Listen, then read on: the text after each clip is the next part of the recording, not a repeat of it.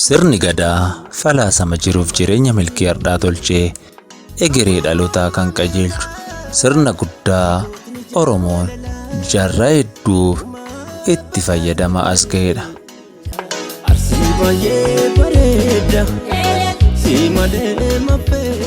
Sirni kun jaarrota hedduuf itti fayyadamaa as ga'us sirnoota darban keessatti hacuuccaa fi rakkoon adda addaa isa mudataa turedha. Sirna kana jalatti falaasamoota garaagaraa ilaaluun ni danda'ama.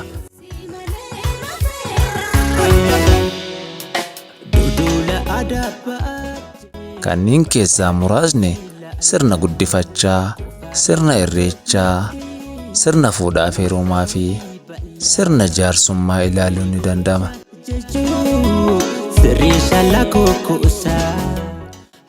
Sirni kun qormaatawwan gurguddaa hedduu dandamachuudhaan erga hojiirra oolee sadarkaa idil addunyaattis galmee UNESCO irratti galmaa'ee bubbulee jira.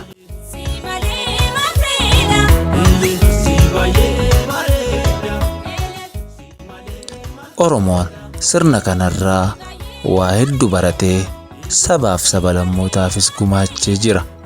Kanaanis Oromoon jibbaa fi qoqqooddaa fageessee hammachuun kan beekamu, jaalala itichee nagaaf araara buusee obbolummaa kan ijaaruu fi ilaa filaameen qulqullummaa fi amantummaa dagaagsuun ummata aadaaf duudhaa isaa jaalatu, akkasuma immoo saba biraa sirna guddifachaa fi moggaasaan ofitti qabee saba jiraataa turedha.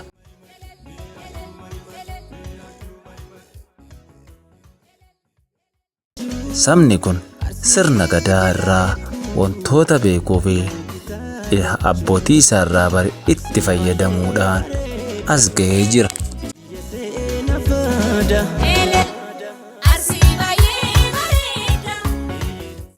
Egaa dookumentariin keenya har'aa waa'ee qophii ayyaana irreechaa bara 2017 kan ilaallatudha. Oromoon waggaa keessatti irreecha birraa fi kan arfaasaa oloon kabajata. Irreechi duudhaalee gurguddoo tokkummaa jabeessanii uumaa fi uumama walitti fidanii jireenya qulqullummaa waliif yaaduu fi obbolummaa kan jajjabeessani duudhaalee fageessee arguu fi guddummaa Oromoo kanneen mul'isan keessaa isa tokko.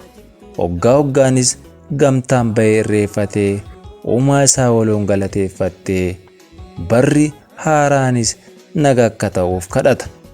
Ayyaanni guddichi ibsituu tokkummaa Oromoo ta'e kun sirnaa fi duudhaa isaa akkasuma safuuf seera isaa ganamaa ulfoo fi ulfina Oromoo cimsee sabdaneessummaa mirkaneessee akka kabajamuuf gaheen keenya hunduu murteessaadha.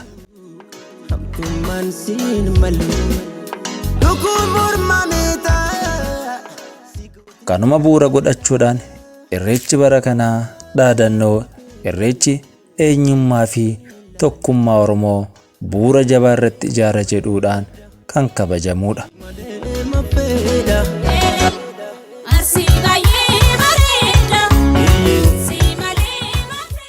Egaa kanuma bu'uura godhannee kutaalee hawaasaa keessaa abbootii gadaa fi haadholee siinqee dubbisnee jirra. Gamanumaan hanga xumuratti nu wajjin turan affeerraa keenya.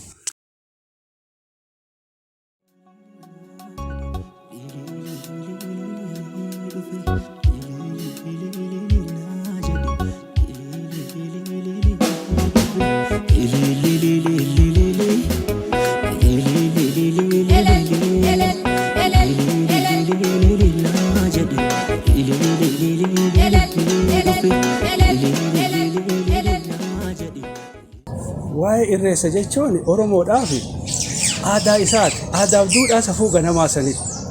Oromoon malka amanuu utuu hin taane malkatti bahee waaqeffatee waaqa isaa kadhatee kaabaa kibbaa dhiyaa bayaa walitti bahee waaqa isaa galatoonfatee tokkummaa isaa lafa qabsiifatee irree isaa lafa qabsiifatee irree tokkummaati.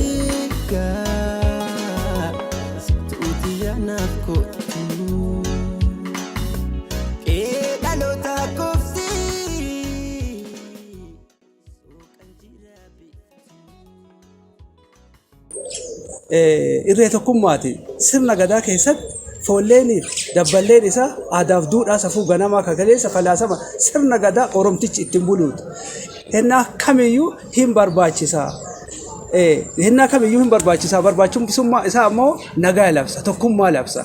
Irree cimina irree isaa lafa qabsiisa. Irreeffatee nagaan bahee akka fakkeenyaatitti baatii irroo baatee nu dhabinii jedha yoo baatiin baate malkaallee yoo irra gahee jedhe malkaan nana yaa'ii hin citini saanii si haa dhugu namni si haa dhugu malkaan nana ta nagaa ta'e ta guddinnaa ta'e jedhee malkaa irreeffatee haati siinqee tuqee abbaan gadaa halangeen tuqee irreeffatee malkaa sanillee bira darba. Arsii jidhaa yabbuu namaan bitaa dachuu.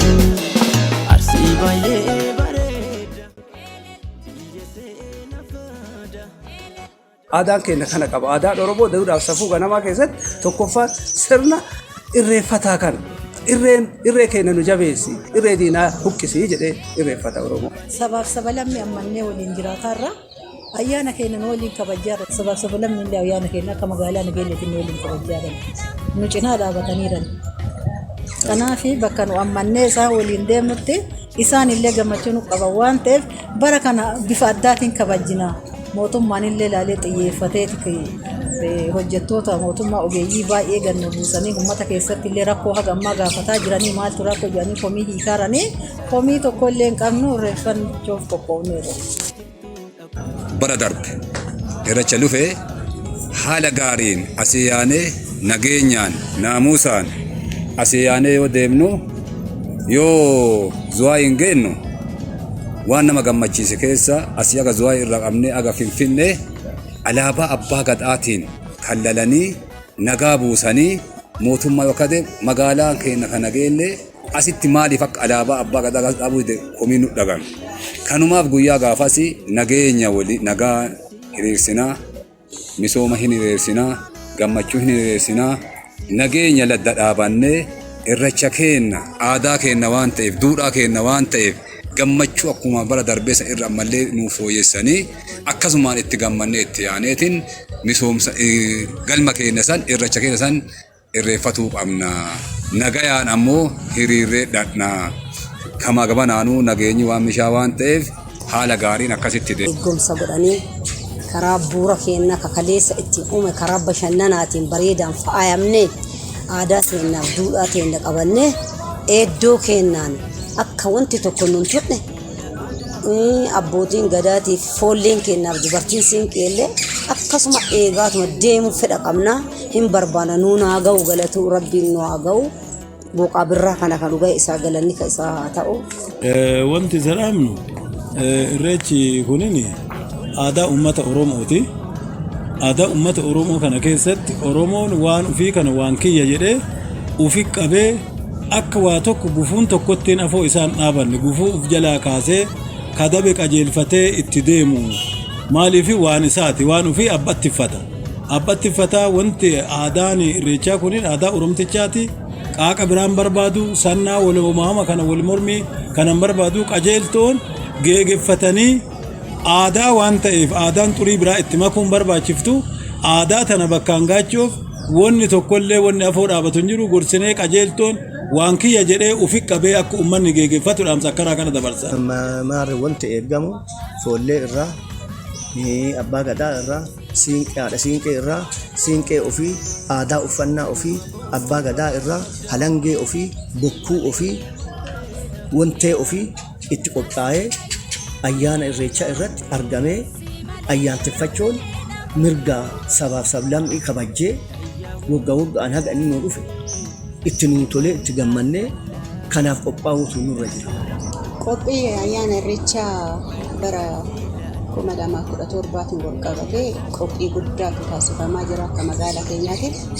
Inni tokkoffaa hubannoo qaamota adda addaatiin kennuu wal qabatee kan jalqabnee keessa jiru ta'uusaati. Dargaggeessa mari'achiisuun, abbootii gadaa mari'achiisuun, hawwootii siinqee mari'achiisuun akkasumas kutaa hawaasaa hundaa keessatti marii taasifamaa jiraachuusaa sadarkaa magaalaa qofa osoo hin taane sadarkaa gandaa irrattis mariin kun kan taasifamaa jiru yoo ta'u qindoomina waajjira paartii badhaadhinnaa fi qindoomina waajjira kanaa wajjin taane hojii guddaatu hojjetamaa jira jechuudha. Inni lammaffaan qaamota yookiin ayyaana irreechaa irratti hirmaachuuf fedhii qaban san addaan baasuuf wal qabatee ganda gandaanis akkasuma sadarkaa magaalaa irrattis warra fedhii qabu galmeessuun wal qabatee hojii hojjetamaa jiraachuusaa kan ibsuu barbaadu. Lammaffaa immoo gaheen uummataa maali ta'uu qaba kan jedhu sanii yoo laallu gaheen uummataa kan ta'uu qabu akkuma beekamu ayyaanni kun ayyaana addunyaati. Ayyaana sabaaf Oromoo irraa dhufee sabaaf sablammiiti. Ayyaanni kun karaa nagaatiin akka kabajamuu danda'u qaamni hunduu gahee isaa akka ba'u kan hubachiisaas turre fedhiin keenyallee kanuma tokkoffaa akka addunyaatitti ayyaana guddaa ta'ee akka Oromootis akka sabaaf sablammiitis amantaa sabaaf sablammii ayyaana kanarratti qaban akka daraan guddatu hojii guddaatu hojjetamaa jira jechuudha. Qaamonni adda addaa fedhii adda addaa akka qabaniin beekama ayyaana kanarratti jechuudha.